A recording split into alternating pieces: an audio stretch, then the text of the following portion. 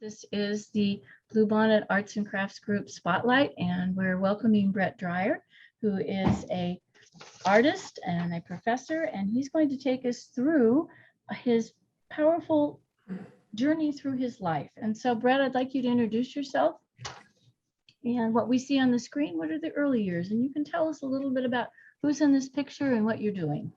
Okay. Well, hello. Thank y'all for having me. I appreciate the opportunity to share my story and my work. And I threw these pictures in because I really feel like art found me and chose me, and it was kind of saved my life in a way. And so in these photos, like I grew up, I'm an identical twin, but we were quite opposite early on. And I tend to like a lot of the things that were not necessarily stereotypically considered for young men, especially out in East Texas. So I have a picture. There's me with a pink Miss Piggy cake, and a little bit different. And so growing up and then on a farm in Hallsville, Texas, art was not something that was super popular, and I didn't grow up attending galleries or museums. That was later in high school before I really learned what artists were, and that's something that people still did today. Only learned about it in school. So growing up on the farm, I think it was art is what kind of kept me able to just deal with daily life, and then it provided opportunities for me Great. I like later for a career and for what I studied in college. It's your twin. Your pictures are absolutely adorable. Oh, thank you. Yeah, it's really fun to look at it. And then okay, we're gonna go to high school here. Let's see. Oops, next slide.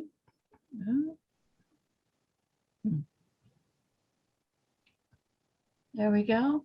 The next side is high school. And is that you in a football uniform? Wow. Yeah, like I said, being a twin, often your parents want you to be exactly alike. And so I think through my junior year in high school, I was kind of encouraged, told that I had to play like basketball, football, baseball, all of those things. And but I was really more into art and being creative. But my junior year, the most rebellious thing I think I did in high school was when I turned 17, I walked to the office and I was like, I want out of sports, and I want to be into art full time and take other classes. And I remember the coaches called me to the principal's office and warned me that I was not going to be successful in life if I didn't finish playing sports and stuff. And I was like, well, I guess I'll just have to take that risk. So but it ended up really helping me focus on art and other things I really enjoyed. And the woman with me in the picture in the lower right hand corner is my high school art teacher, who really kind of took me under her wing and showed me all sorts of things and presented opportunities for me that my parents, I'm the first generation college student, so I didn't really have that support or encouragement at home. And so she was really the one that encouraged me to get a portfolio together and enter competitions. And I started doing that even in high school in East Texas. So you were very lucky. Really give a lot of credit to her kind of sparking that interest in me. Cool.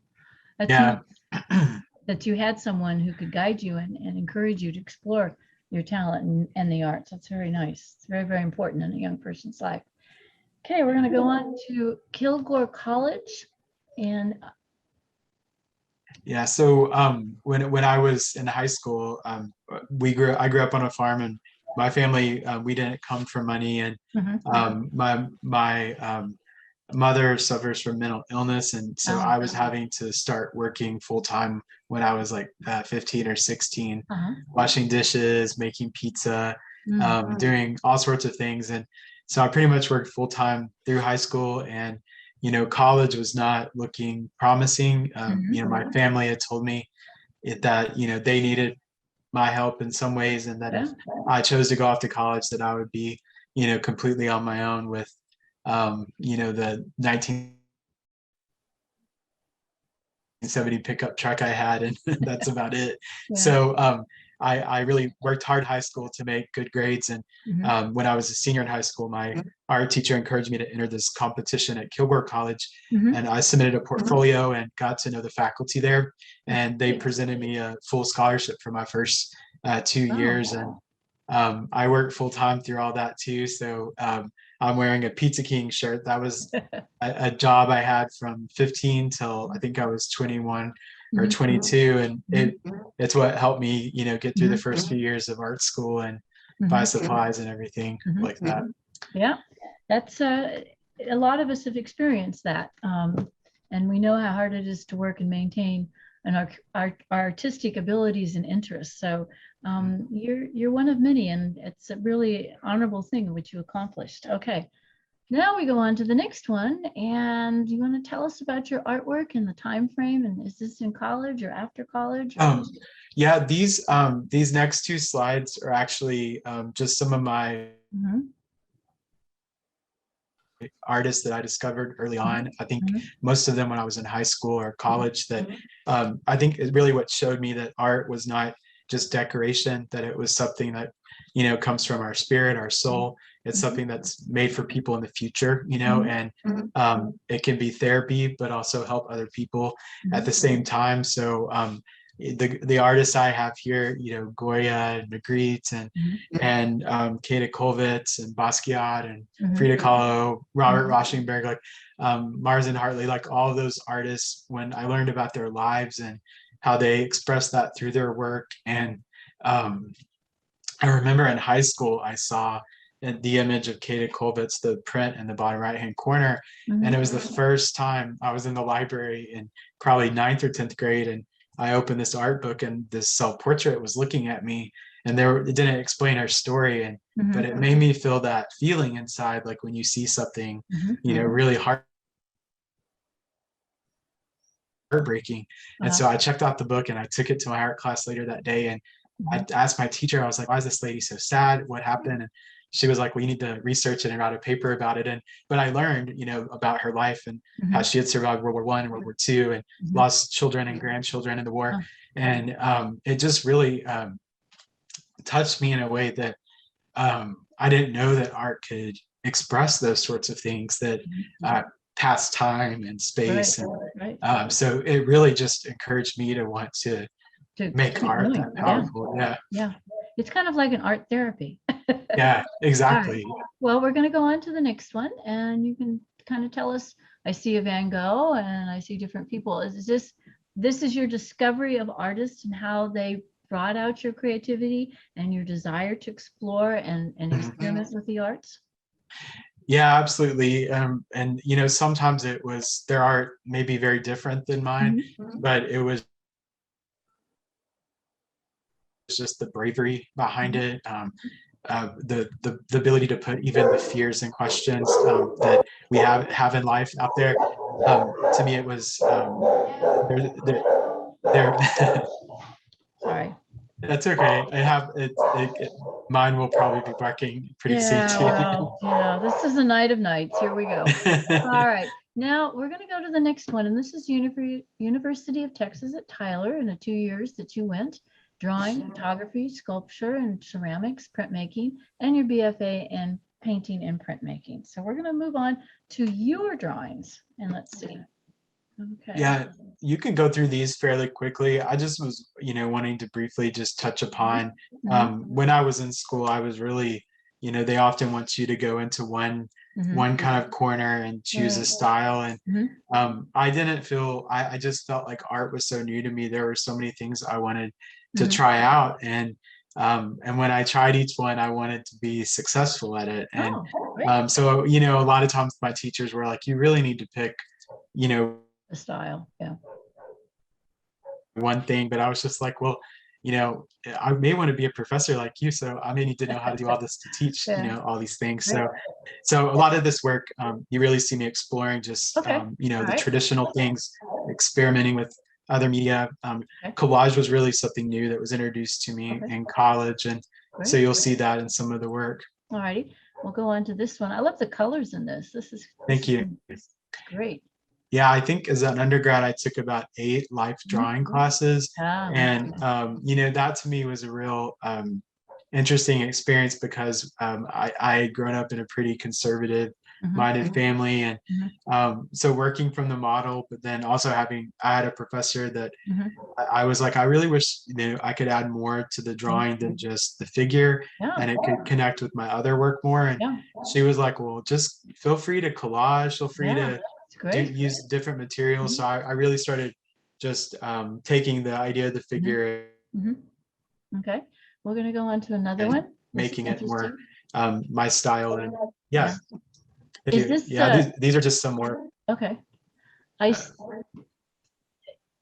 Uh, are these charcoals with a background? Looks like you've got, um, yeah. This one has charcoal and ink. Okay. And I think this drawing was over 6 feet tall. Wow. Yeah, Wow. it was at a time I was really most of the figures. There would be one of the figures in some of these works that I actually would trace my own body, like laying on the Oh, canvas or the yeah, paper. yeah, I worked on a lot of big rolls of yeah. That's really great. I like it. You have paper to and really canvas pay that I would attention buy, and to the I drawings in there. yeah, That's cool. All right, we're gonna go on to the other one. Is this yeah. more the collage and overlay that you were working on? Yeah, well, this one's actually also a drawing. I Mhm. used different inks and charcoals and crayons, Wow. but it was at a moment where I kind of got tired of people asking me, who is this, who is this person, or who's Ah, this supposed to be? And so I started abstracting the figure and even got rid of it in the work. So I threw this in because it was kind of at a moment where I got rid of more of the realistic imagery and started exploring, okay. the power of abstract art. All righty, we're gonna go on to another one here. This is interesting. All the different, again, I see all kinds of things going on here. All right. Yeah, I really like journaling, and Mhm. I started combining that in the background of my work, Huh, and then working huh, it's great. All on right, top of it where part was visible and part was not. all right. Now we're gonna go on to printmaking.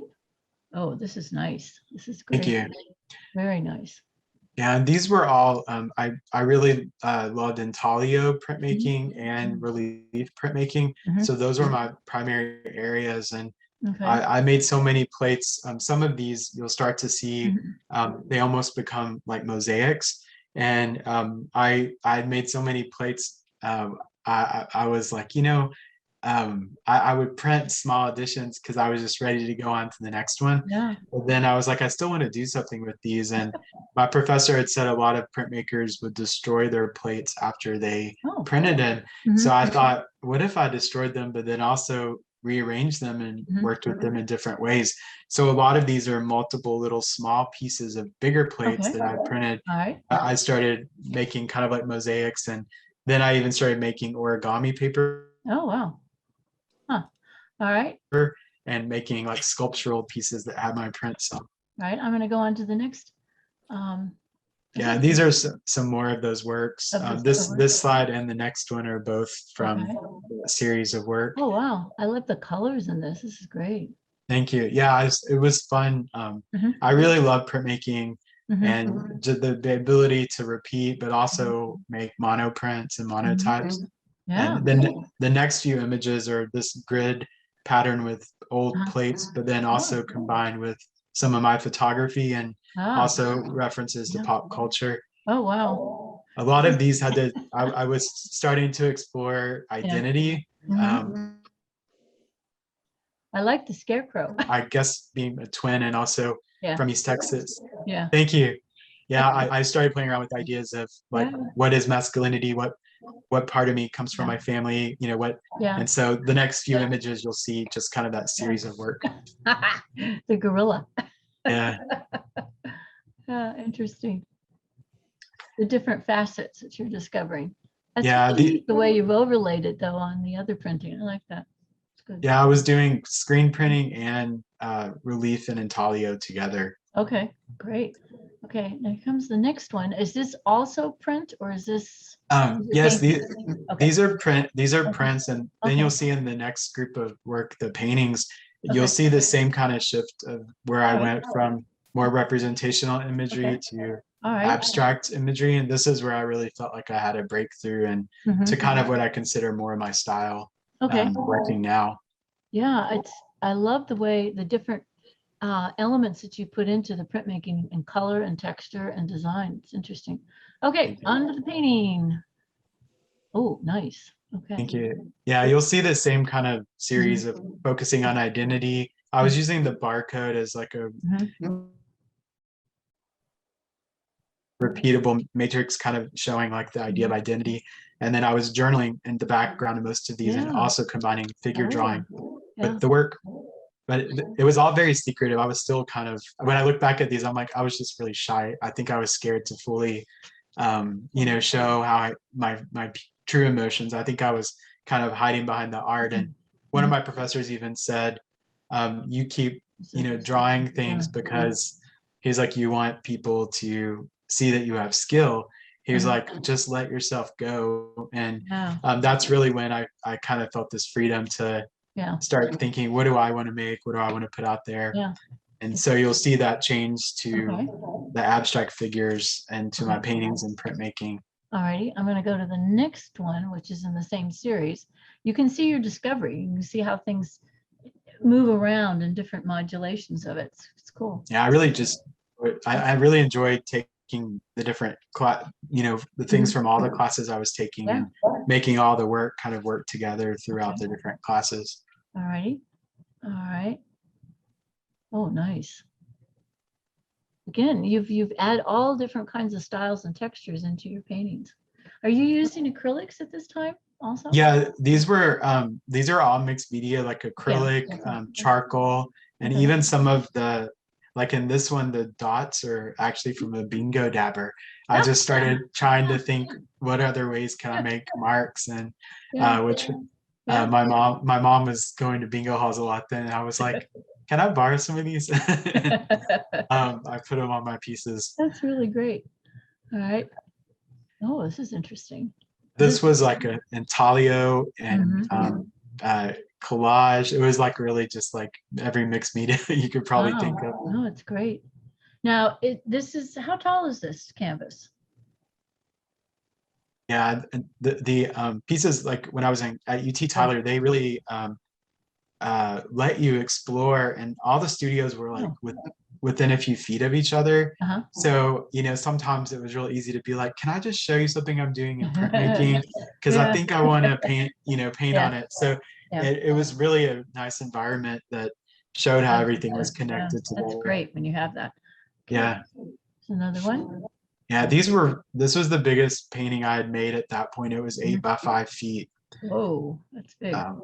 Yeah, and one of my uncles bought it from me in college. It was one of the first pieces I sold, and it makes me happy knowing that it's in his home, because it was really about the figure at the top. If you look in the eyes up close, there's sheep, and it kind of was I felt like I grew up around a lot of people that taught to think exactly the same way, and I never really interesting.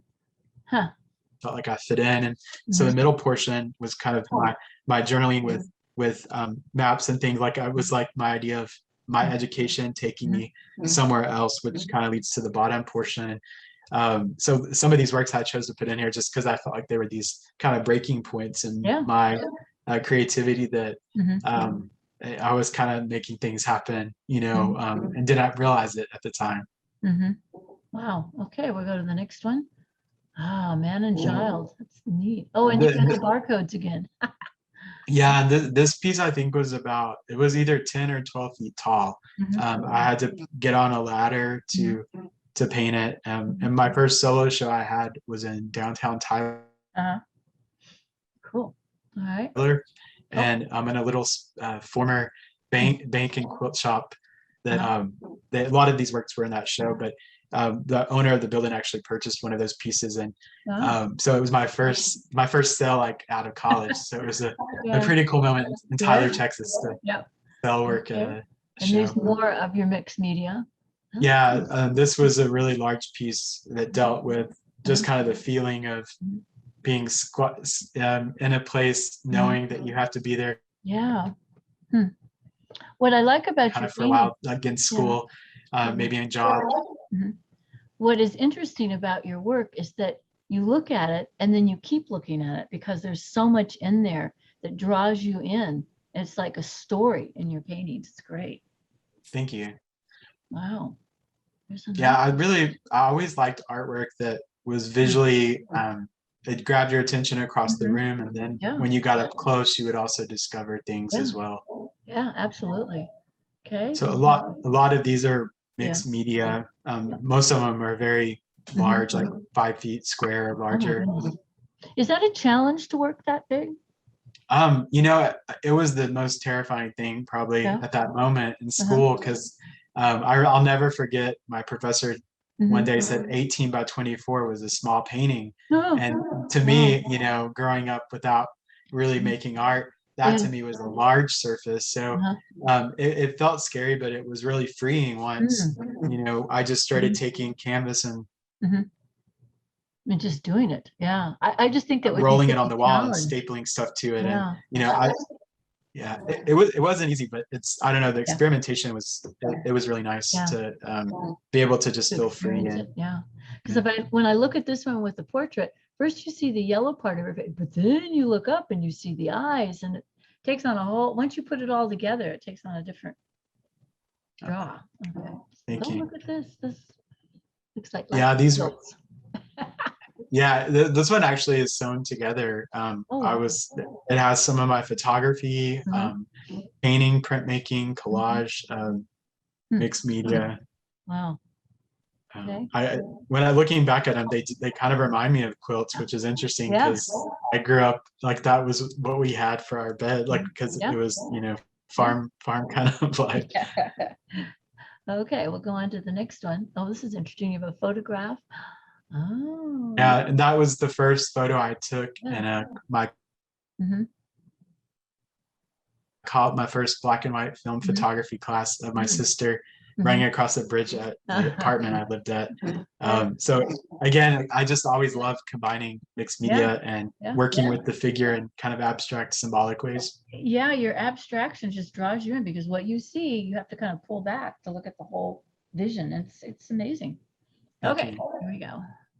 Yeah, this was just another mixed media piece. It was a charcoal drawing and acrylic and bingo dabber. Okay, then I'm going to move on to the next one.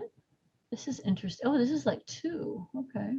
Yeah, this was a semester I was actually challenged to not use any imagery at all. And working non-representational was new to me. And I kind of struggled with not being able or trying to figure out a way to add content to work. And, you know, it really made me think a lot about music and rhythm. Yeah. Okay, I'm going to go. Really like this one. And I learned a lot during. Wait a minute. Thank you. Back. I'm sorry. Flew up here. Oh, there we go. And then this one's kind of the same thing. Yeah, I think I just got rid of the figure and then it slowly came back, but in an abstract way. Wow. A professor challenged me to do it, and he's like, I don't think you can go a semester without painting figures. And I was like, no, I can. And it was hard. And looking back, I enjoy it. But I remember when I went to grad school and I had to show my portfolio. My professors there this was their favorite work. And I was like, no, that's the semester that it was so hard. But then, you know, it also made me realize that, when you challenge, you make new discoveries. Okay. Now I'm going to go on to this one. Yeah, these are all, okay, back in the day I worked at TGI Fridays and we had to wear suspenders with the flare and the funny hats and a striped shirt like Dr. Seuss, and we carried these towels that we stuck in the back of our pants to carry hot plates with. And I would always forget that they were in the back of my pants, and I would take them home. And I ran out of canvas one semester, and I was like, I'm gonna just put some grommets in these and paint on them. And right then they changed our uniform at work, and we weren't using them. And my boss was like, you can have as many as you want. And so I started painting on. I started painting on both sides, and then I hooked them all together with safety pins, and they were like almost like a flag, like you could see it on both Wow, sides. that's great. What a great, there you go, recycling. That's wonderful. Okay. Yeah, Oh, I'm sorry. We're going to move on to this one now. That's interesting. it Is literally this, was part of my job and then became yeah. art. Yeah, these were on paper, and I started in drawing class. I started painting, and in painting class I started drawing. So it just all started All kind come of together. meshing together, and Yeah. then breaking down the figure Mm-hmm. where it was gone, and then I kind of brought it back in abstract forms. And Oh. this is where I don't know. I really felt like a breakthrough, and I felt like I was making what I was meant to make, I Okay. guess, for the first So time. you're finding your style and your, Yeah. yeah. Okay, we'll go on to the next one. This is a continuation of your discovery and your epiphany. Yep, you are. Yeah, they are. And a lot of them I wasn't worrying about like Mhm. refining them or worrying about how other people would Uh-huh. perceive it. It was just more um, just letting the pure Mhm. energy come out and Oh. without any rules. And I look back and I do think some of it looks messy, Mhm. but just remember the feeling, and I would work on these all together at the same Hmm. time. And so it was like stories and experiences and feelings and emotions and encounters I had with other people. So they were all kind of just like these diaries of diary entries of Wow. how I was feeling, in that day or whatever. Mhm. So I don't know. I just felt like that was a really big moment that made me feel like I could continue this for a long time, and I Wow. didn't. Wonderful. Yeah. It's so important when we hit those moments and we begin to discover who we are and what we are and what we feel comfortable doing. Okay, these are your graduate studies in photography, printmaking, bookmaking, and printmaking again. I'm sorry, paper making. Okay, here we go. You want to talk about this? Is this part of beginning? Yeah, this was like I think kind of in the transition between undergrad and graduate school. I did take a semester off and just worked to help with things, and then I got into TWU, and they were like, you need to pick a minor, and I was like, I can't find one that has I want all the classes I want to take. So they told me, well, we can make one up and call it intermedia, and then you can take whatever you want. And I was like, okay, that sounds good. So I did. I studied with bookmaking with Susan Grant and paper making with Corky Stuckenbrook, and I learned Native American art history from John Weinkind, and it was just a wonderful It sounds like a experience. great experience. Yeah. It was, yeah. I mean, to definitely. me, graduate school felt like it was like a dream come true. I worked full time through that too, but it was having my own studio and just really feeling like, okay, I'm an artist. Like this is, this isn't something I have to prove, anymore. And I didn't care how broke I was or how hungry I was or what I had to paint on. I was just like, it just felt like, okay, this is real. I've committed to it, and good. It's great. Well, you're so resourceful. it was what's funny. My high school art teacher, my high school art teacher had actually told me, I think you're gonna go to TW someday. And so it was kind of weird how I ended up there in grad school. Some of this. Oh, go. I'm sorry. Go ahead. No, I love this in my head because I think that says a lot of who you are.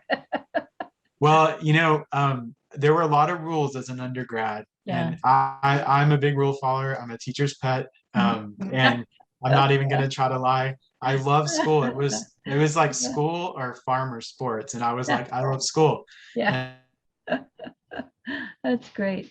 And so, to me, my teachers just seemed so happy and passionate. And most of the other people I was around, they didn't seem happy and passionate. And so I love school. But when I got to grad school and there weren't people saying, you can't put letters in art and you can't use glitter and you can't use this and you can't do cartoons. So when I was in grad school and they were like, you could do anything you want, I was like, so my sense of humor, I think came out in some of these pieces.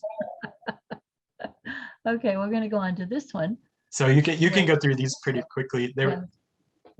Okay, here's one. This one, Yeah. this piece is, I think, about 20 feet long and about 10 feet, Oh, 10 feet high. wow. It was actually the size of the wall in my studio. Wow. And when I went off to grad school, it was the first time I had to move away from my Yeah. younger siblings. Mhm. And they were, I was there, they're 10 to 13 years younger than me. Oh. And I was like a parent, I felt like, to them. And Mhm. but we had a hard time, separating and Mhm. stuff. And so I told them whenever they came to my solo show Yeah. and I finished graduate school that they would see a painting that showed them how much I loved them. Oh, that's a And so lovely thought. Yeah. this was in the show, and I Yeah. think I have pictures of it. And Oh, that's great. now it's in my sister's house. She has it on one of Oh, the walls. what a wonderful thing. Okay, and then the next one. This is interesting. Yes. Yeah, you see, I was just using the figure more, Yeah. Yeah. Huh. and then was getting into also using my work at times like to advocate for different Okay. things that were going on in the world, or just to express my Yeah. feelings about those things. I like the And eyes in the background. Makes you think. It's good. yeah, I felt like there's just always people watching, Mhm. and Mhm. I've always been someone that struggles with anxiety and pleasing. I think it's something about being a twin or growing up with a mother with mental illness. There's a desire just to make sure Mhm. everybody's okay. And so Yeah, well, it- yeah, I can see that. Is the woman's figure your mom? Because she has her hands out and it looks like they're two people, but two different people. The difference of twins. It's really nice. yeah, I mean, my mother, I'm openly talk about it because I think it helps. Yes, it does.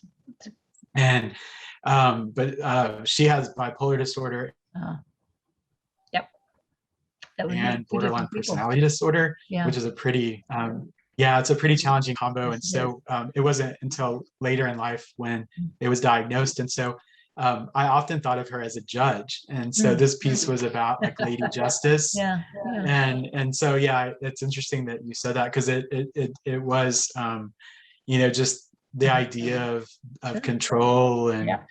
manipulation and love at the same time. So a lot of my work, I think, was just really like I said before, I felt like it saved my life because it gave me a place to just work out some of these It was your experiences. vision. And yeah, Okay, definitely.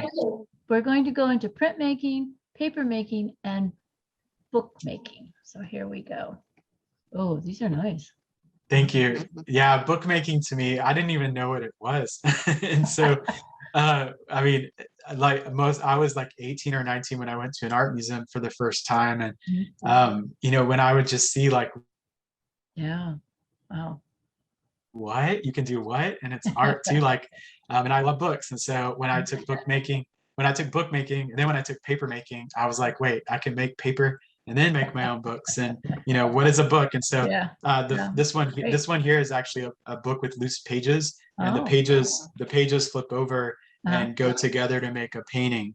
Oh, And wow. so that's what you see on the wall is those put together as the puzzle. And then then it shows what they look like when they're inside of the bookcase.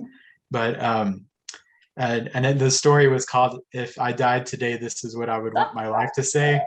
And on each of the little portraits, I just wrote like kind of silly or inspirational sayings that I would want to share with my friends and family. Yeah. And then there was a mirror on the inside of the book that it was so the person looking at it would reflect on their own mortality and the temporariness of life. That's really cool. All right, we're going to go on to the next one. Thank you. This is interesting. It's like a poster. Yeah. Yeah, these were all handmade paper, and I worked on these. My mother attempted suicide at one point in grad school, and nearly died, and she's still hospitalized because of some of the injuries. And so at this period, I was living at the hospital, having to approve surgeries and things that she needed. And I brought all these handmade papers, and I just thought of it as like a sketchbook. And I was collaging and working through some of those ideas. And when I put this in a show, the title of the the group of the drawings was what your hands can do, and it was kind of about, you know, the destructive side that some people choose, and then the productive side. Yeah, yeah. You were looking for a balance, and I think you show that in the selections of your drawings and paintings that you put into that. It tells a story, and it's nice. Thank you. Okay, now here comes a couple books that you put together. Yeah, this is all one book, and it was kind of a funny idea. I really still consider it unfinished because I still use it as kind of like a sketchbook. But I wanted to design a book that had two sides, like French doors. And so it's all my own handmade paper with torn up breakup letters from people that I dated, and letters from my mom telling me how I was going to go to hell for, you know, different things. And so I put in the paper pulp, I actually added these kind of negative things that I was wanting to try to move away from. And then I made the sketchbook to where, or the journal, to have two sides for like the days that it was like, you know, happy times, and the side that was for maybe when there are those things. Because to me, I really felt like with the experiences I had with my mother, I really had to separate you know, this safe place and then this place where I can help other people. Otherwise it kind of becomes all consuming, and, you know, you don't have anything left to give. So, you know, I really, you know, I love the idea of like the book also sort of being a symbol of a person or their life or their story. And I just saw the book as just a really symbolic shape and form of itself. So it was, yeah, it definitely was. It allowed you to express your anxieties and your fears, but your happiness too. It's a story, and you've done it very well. Thank you. All right, now we go into your MFA exhibits. Yeah, so this was, and you feel free to go through these as quickly as you need to, but these I just wanted to kind of show, like, throughout this period, even though I was trying new things, I also continued to make paintings and make like other bodies of work. So I always try to encourage my students to do this. Yeah. It's to, like, you don't have to pick, you know, one thing. You can have multiple things going simultaneously. And I feel like sometimes we want to suppress something because we think we can donate more time to something else, but it's almost like a limb that you stop using that kind of goes dead. And so I always like to try to, you know, do multiple things just to kind of stay interested and experiencing. Yeah, definitely. Yeah. Okay. Oh, wow. Beautiful. Thank you. Oh, there's that one of, yeah, that's great. Postgrad. All right. Here's me in the real world. Right. Yeah, great. Yeah. And, you know, I really jumped in. TW, this class I took was called Portfolio Photography, and it was taught by Susan Grant. And she made us make like a disc. Back then it was a disc with all of our images of our art. We had to make a, you know, resume and a CV. Cool. And put together a portfolio, and we had to make, I think it was 10 gallery packets is what we call them, and they were to drop off at galleries. And I think, you know, she said you don't have to do it, but y'all should. And so I remember the day I got the project back and I had all those folders, I was like, you know, I'm a super shy person, but I'm just gonna go for it. So I made myself, in one day I went to 10 galleries and I dropped off the packet, and I waited, and, you know, a couple days later I got a phone call. And, you know, so I you know, and it was a coffee shop in Oak Cliff, but I love the way that they showed local artists. So you know, so I know some people were like, why are you showing in a coffee shop? And I'm like, anywhere that will show my work, and you know, they're not doing anything criminal, I'm fine with hanging my artwork there. Yeah, that's great. I was like, to me, it's just as good as anywhere else. Yeah, it is. It's exposure. All right, we're going to this one. This is interesting. Is this a what kind of is this acrylic? And this one's acrylic, and it also has it's acrylic, and then I think there's actually a 4-plate relief print collage to it as well. I wondered. Yeah, it's very interesting. Is that a bit of a self-portrait? Yeah, I was this was the first semester I started teaching, and the first class I got offered was art history, and I didn't realize that because I had taken so many art history classes that I could also teach that. And so when I got my first teaching job at El Centro, uh, literally the day of my interview, my boss, Rosemary Desplas Meza, was like, she was like, we're going to hire you. I'll be right back. And she came back with this thick art history book and said, your class starts in an hour. Oh And I my was like, goodness. what? And yeah. And my very first interview, and I was like, Wow. I didn't even know I was going to teach that. And so, but I was like, I need this job. So I I was like, I'm teaching art history apparently. Oh my So, goodness. but that semester, when I was studied art history in school, it didn't.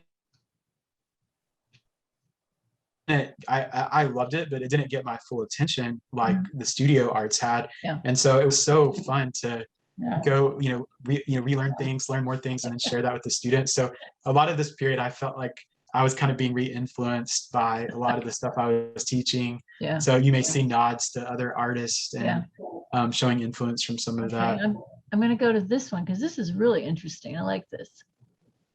All the different symbolism and different techniques you have in there is amazing. Thank you. Yeah, it was kind of fun. Like the first few years after school, just trying to figure out, what do I want to make? And, sometimes I'm like, is this really part of my work, or is this just for fun?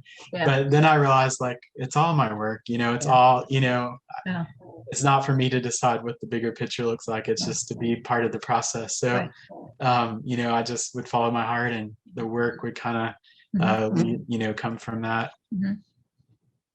Okay, we're going to go on to the next one. But you'll see in the next few slides, like a lot of times I go back to the figure, and but I feel like when I discovered that in undergrad school, even in high school, I did drawings that were very similar to the work I do now. But I think something about it, the shape and the idea that it could be a spirit, a person, but also I didn't have to reveal too much myself, and people could still see their own thing in it. It was just a really freeing experience. But I felt like in my work since school, I started working with this shape, but giving it more time and consideration, and adding new elements to it. And then on the next slide, you'll see I even started, after grad school, I started experimenting with encaustic painting. And so these two are acrylic, but the next one with the 6 images, these were from the first encaustic workshop that I took. And I didn't expect, coming out of the workshop, having things that I thought were finished pieces.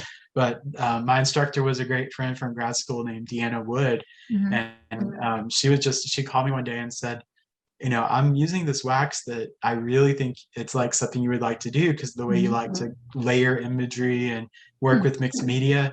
And so I was like, okay, I'm coming to your studio. And the minute, it was just like wax and glitter and really, how long does it collage, and it's also instant because the wax. With the encaustic, it made the process a lot faster. Oh, really? So sometimes with the encaustic, the wax just dries pretty instantly. So sometimes in a day, I was making 6 or 7 pieces. Oh, really? Huh. Yeah, and there's parts of it you have to wait. So sometimes while things were cooling, you can work on something else. Wow. So with encaustic, I always have like probably 5 or 6 pieces going at a time. Oh, wow. So I can just do it kind of like a let the wax cool and then heat up again. And now the next 2, are these encaustic too? The next several slides are encaustic. And I guess you could say encaustic / mixed media, because some are really more collage with beeswax on top. Yeah, that's great. But encaustic was so cool to me, the way that you can carve into the surface. So for some of these, I was able to work with imagery I'd used in the past, but then layer more. I recognize that. Yeah. Oh yeah, some of the prints. Yeah. Wow. And then I was even taking like leather stamps and hammering into the surface and rubbing oil paint. Oh, to, wow. oh, it very much was like a printmaking intaglio process on an Oh, encaustic painting. wow. So Huh. I really learned a lot of techniques. I started teaching those classes at this place in Richardson called the Encaustic Center, Oh, and I taught there. Um, when I first started teaching, I had 4 jobs because I worked at El Centro, Tarrant County, Collin College, and the wow. Encaustic Center, and then Wow. also the Dallas Art Center sometimes. Oh, So wow. I was teaching workshops and college classes at the same time, and Yeah. I really felt at that point I was living as an artist. Like everything I did, You're living the dream. I worked 7 days a week Yeah. teaching or making art, and Wow. it really did. Even though it wasn't Mhm. the highest paying career, but it felt like was able to support myself and do Yeah. something I love and share it with other people. Wow. So to me, I finally felt like I had Uh-huh. made it to the point that I was happy with what I got to do every day. Well, that's the most important thing. Yeah, Cool. This is a great one. I like this one. thank you. Yeah, Mhm. these are all pieces I think since like 2012.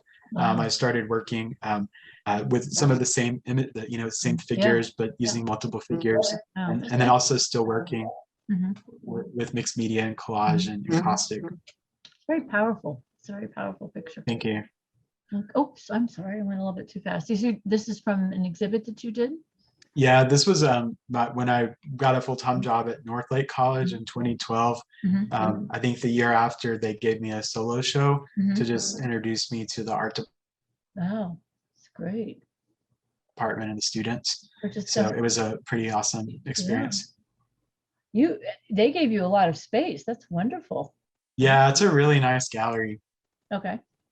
And And this is your first solo exhibit at the Museum of Longview Museum of Fine Arts. Okay. yeah, I had one semester I had a student say, well, you show in a lot of galleries. How come you Mhm. haven't shown your work in a museum? And I was like, I don't know. I guess I haven't really.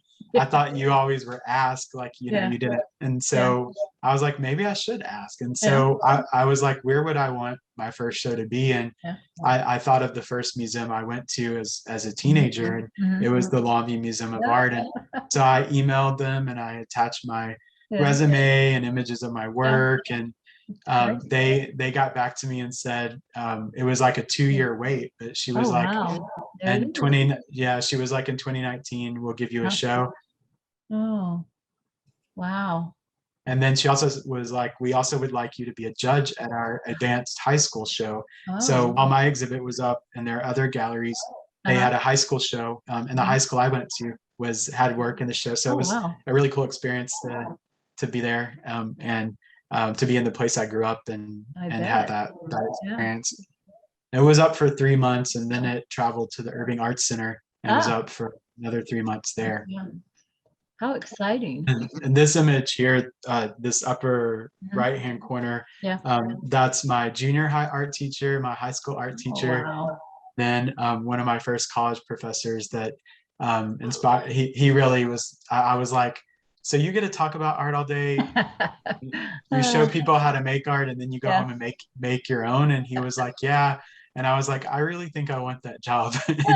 And so we're Facebook friends, and Yeah. Oh, we that's text each wonderful. other, and Yeah. they still come to all my shows, and so Oh, I think that's great. That is wonderful. Okay, here's some more I people really and feel you grateful that and they supported me. yeah, So I try to exhibit my work throughout the year. yeah. I usually try to show in about 10 group shows a year, Mhm. and then try to have a solo show about every other year or so. And so that's one way I try to stay, keep myself busy, and also just to be a good influence to my students that, Mhm. you can be an artist and a teacher and do other things. So Yeah. I also started doing murals in Yeah. 2015. I was entered a competition in Deep Ellum I where like they it. selected 42 artists to Wow. murals. So me and a couple of my students enlarged one of my paintings to a mural that was on. It was actually on Elm Street, Yeah. and it was up for a few years, and then they did the competition again. Mhm. How long did it take you to do a mural that size with Um, students? this one was it was I think it was about 20 feet by 20 Mhm, feet, mhm. but the wall was like, I mean, I don't know how old the building was, but it was almost like crumbling, the brick. And Oh, so oh, yeah. it took us several hours just to get a coat of primer on it. And Oh, then we took a lunch break. I think it took about half a day to mhm, prime it. mhm, And then we took a break, and I started painting the figures.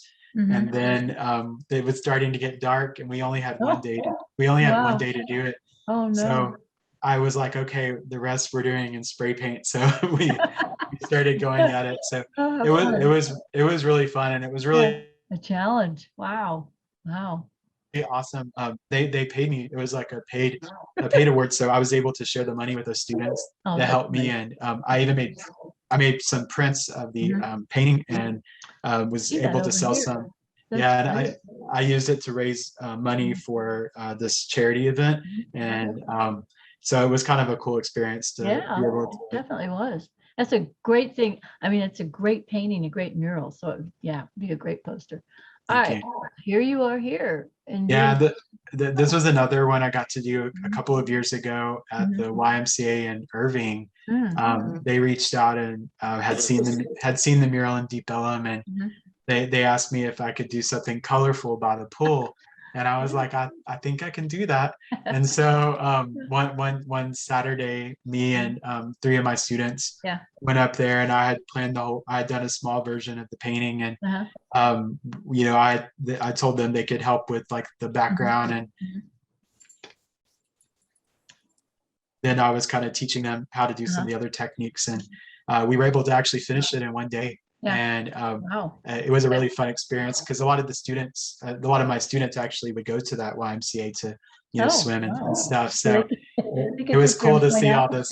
Yeah, a Yeah, lot of that's them were great. taking selfies of it in front Yeah. of it and stuff. So it was a fun I experience. love the way you incorporate your students into your projects. That's great. Okay. Oops. Why isn't this going? I think, are we at the end? No. Oh, are you there?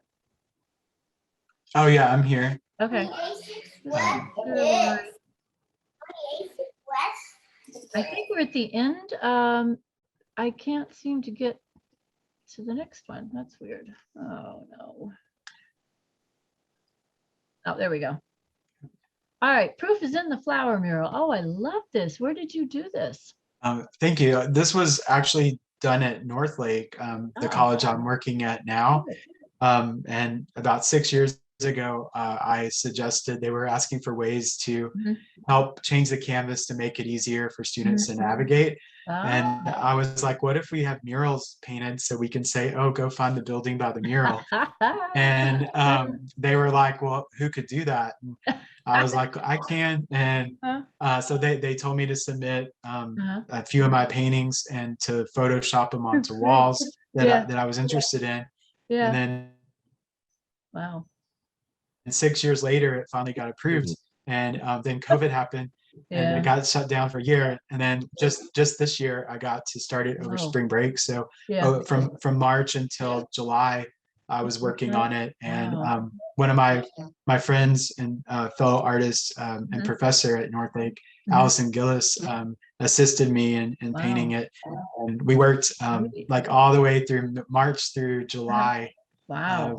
of the summer, and it was so fun. I mean, Yeah. It's just wonderful. What building it would did get you really paint hot, it but I in? was trying to lose weight anyway. Yeah. And it's on the G building. Oh, G It's the building. G building Okay. right in the flagpost. So Okay. yeah, so if you just go through the Walnut Hill entrance and then Yeah. take that little loop by the Yeah. flagpole, Oh, it's good. on that big On wall the G there. building. So Okay. I'm going to drive by and look at it because it's great. thank you. Yeah, I think they're gonna add a bench in front of Mhm. it, Oh, and yeah. it was Allison's idea Yeah. to have a bench Mhm, that we were gonna call the mhm. buddy bench, and Teddy a Ben. place for students Yeah. just to sit, That's great. and then and they'll also be planting a lot of flowers in front of it too. Oh, So nice. it should be Yeah. really cool. Hopefully, it will be there for Yeah. a long time. No, It was just awesome to be able to do something for yeah. the place I chose to spend my career at. Mhm. I have a question. Do you have to put a preservative on once you finish the outdoor mural? Yeah, I usually do a primer Okay. coat, which sometimes it's Mhm. like a primer and Yeah. paint in one. But this time, just because of the size and because I wanted it to last a long time, Yeah. I did primer and then Okay. also completely covered it in paint. Okay. But yeah, usually if you want it to last, 10 years or more, Uh-huh. they recommend this stuff called Mural Shield, and Ah, it's like UV resistant and rain yeah. and dust preventative and stuff. Okay. We're working on getting a purchase order for that right Okay. now, Yeah. but they're going to be applying some type of a varnish to it to Okay. protect it. Yeah. I told them also I'm there if they need me to touch it up too. Yeah. Because That's true. I actually I teach all my classes that I teach are in that building, so it's Yeah. kind of a cool. Yeah. Um, it kind of felt cool this semester Okay. when. Well, it's a great job. Okay, we're going to go into the next one. The teacher, here you are with your students in your classrooms, both in college. It looks like you have young children that you go out and teach in. It's great. Absolutely. Yeah, it's really what it motivates me, and Yeah. I just love my teachers were so they had such an impact on my life Mhm. that they were able to share their love with other people and Okay. and their processes. And Mhm. so to me it feels weird to be an artist and not want to teach, and also it feels weird to be a teacher and not want to make art. So That's right. I That's feel like they really absolutely just right. kind of feed each other, and they also forced me to really go outside of my own Yeah. social anxiety and get out into the Yeah. public and interact with people and give back to the community. So teaching I think is it's a really rewarding Yes, experience. it is. It's And challenging, but it's rewarding. Yes. There's a lot that comes from it. and I really admire your outlook and your focus on that. It's so important. Well, I think we've come to the end of your journey, and we're just going to read this. You don't receive wisdom, you must discover it for ourselves after a journey that no one can take for us or spare us. Marcel Proust. Brett Dyer, Conceptual Metamorphosis, President Scholar, Award Postcard, 2015. Brett, this has been an amazing experience, an amazing journey. And thank you for letting us come along with it, because it's personal and it's deep, and you are an amazing person. Oh, thank you. And among our friends who have watched, does anybody have any questions? Sharon? Which format do you prefer, the square or the rectangular? It kind of, I don't know, it varies. Like, I feel like whenever I work in a square, I usually it's when I want to put pieces together. But then, when it seems like the larger work I do, I like it to be more of a rectangle for some reason. Mm-hmm. But yeah, I guess both. For a while, I guess I was kind of a scrounger, like in grad school and stuff, like for what materials I could find to work on. And so, I kind of found I just like changing it up. So sometimes I'll work on canvas and sometimes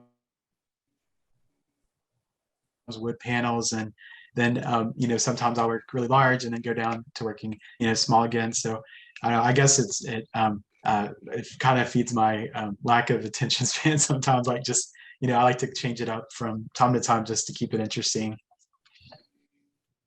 Well, I like the fact that when you were working at the restaurant where you put all the napkins and towels together, that was great. That was resourceful. Thank you. Yeah, I'm not a super rebellious person. I never tried to be like a shock artist or anything.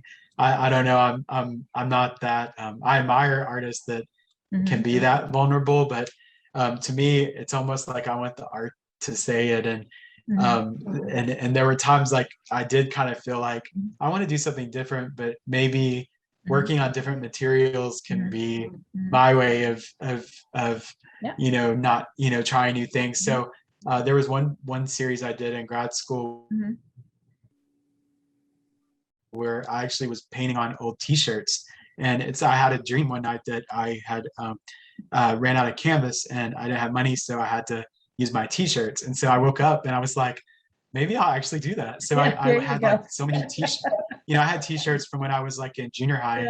that I was like, I'm never going to be that skinny again. Why am I saving this? And so I put grommets like in the shoulders, and Yeah. I That's gessoed them, great. and Yeah. I just treated them like they were a canvas. And TW that actually bought some of them, and I was so shocked because I was like, here I was trying to be rebellious, and y'all like it. Like it was kind of fun. That's great. Um, Jose, do you have any questions or? Yes, I mean, first of all, Brent, beautiful body of work. I truly enjoyed your presentation. Thank you. Certainly enlightened me from a discovery, kind of like exploration kind of process that you went through with the different things you did. As an artist, well, I appreciate that because it opens up my mind, although I'm stuck in my ways a lot of it. But it does open up my mind to think further. Like, for example, when you talked about the books, that's something that will never, ever run through my mind. So just a couple of questions. If you have an artist statement that you could share, from my perspective, I saw a lot of figurative work.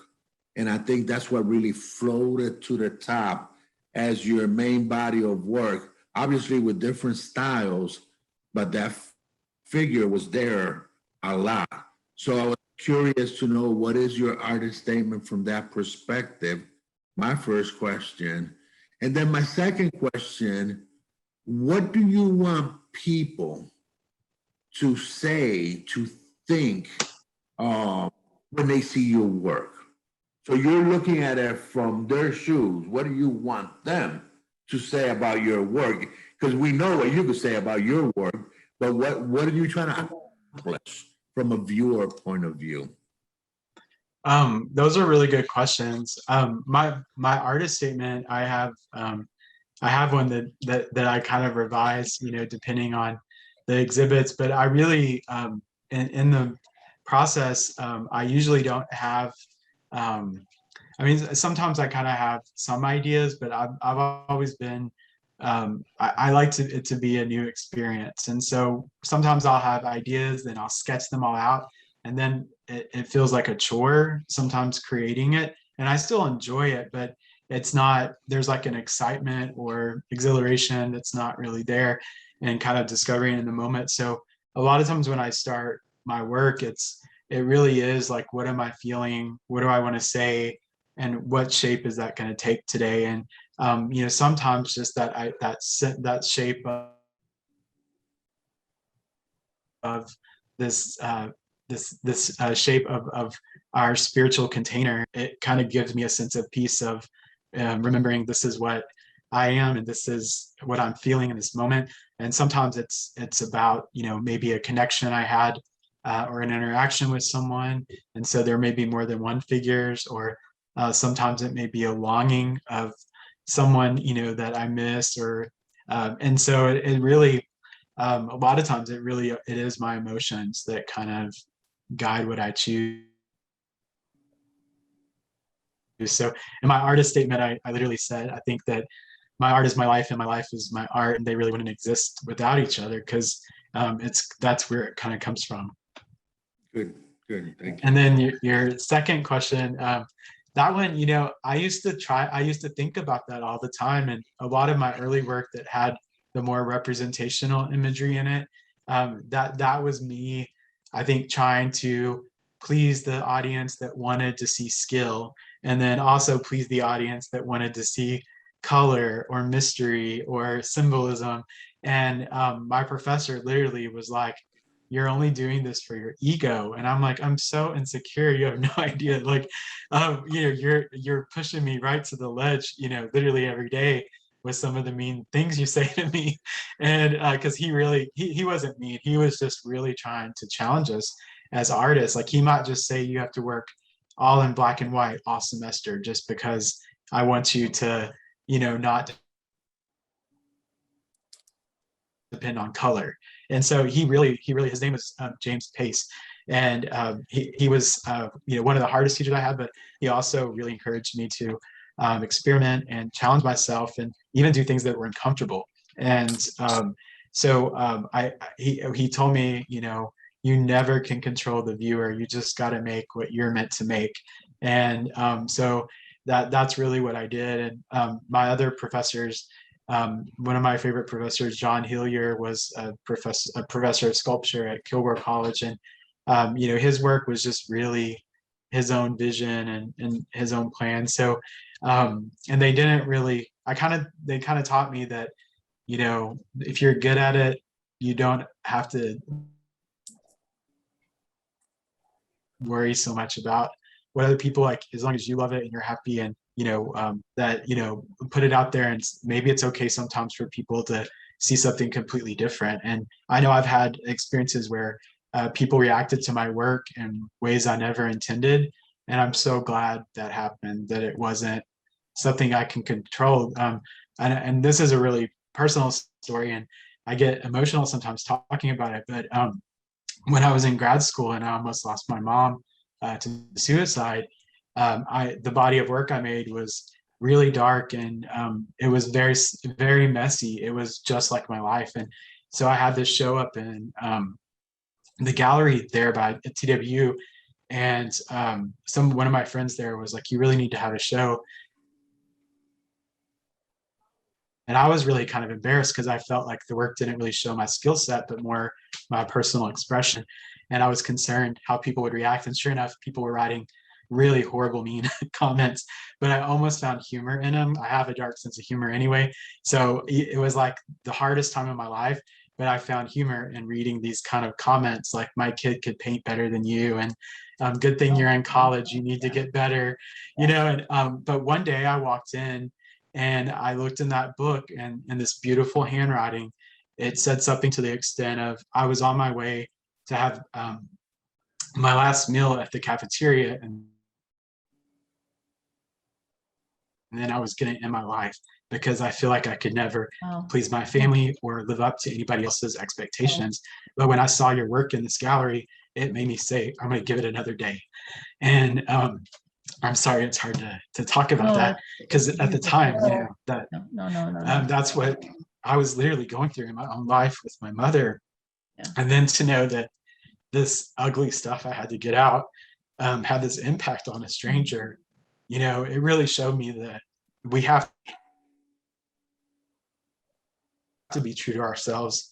We have to make what we feel compelled to make. And sometimes I think it's a force outside of ourselves that's sort of using you just as a conduit to share something with the world. So thank you. Well, your work is powerful. It is a journey. It has its dark sides and it has its light sides, but you are a guiding light to people who've gone through those difficult times and used your art to express your feelings and your intimacy. You've exposed yourself, and I know that's difficult for you, but it has empowered you to go forward and to discover more. And some of that discovery is teaching other people the knowledge of art and to enforce that creativity and that power to not be afraid to try, because you don't fail in it, you win in it. And that's very much what your work is all about. And I thank you. Thank you. We truly do. We need to have that sharing experience. Well, folks, if anybody doesn't have any more questions, I am going to bring it to an end. Again, I deeply apologize for not being able to pull that up. That's the first time it's ever happened to me. I'm going to have to go back and take another IT lesson. It's just like, But anyway, thank you, Jose. Thank you, Sharon. Thank you, Susan. And again, Brett, you are a deep, wonderful individual. So thank you for participating in our spotlight tonight. Thank you very much.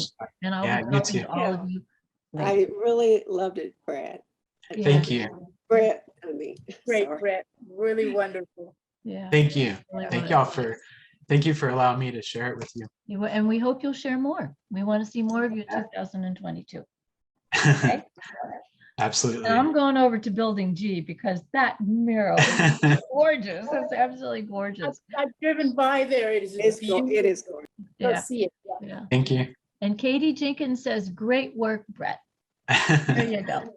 She's a great colleague to have. That's wonderful. That's great. Well, you inspire that in people. I think that's she puts just as much passion into it. And that's that's another great thing about being a teacher is, Yeah. getting to work with artists every day. Yeah, that's so important. All right, good evening and thank you. I Good night. appreciate everybody. Bye-bye. All right. Thank you all. You have a great weekend. Thank you. Too. Bye.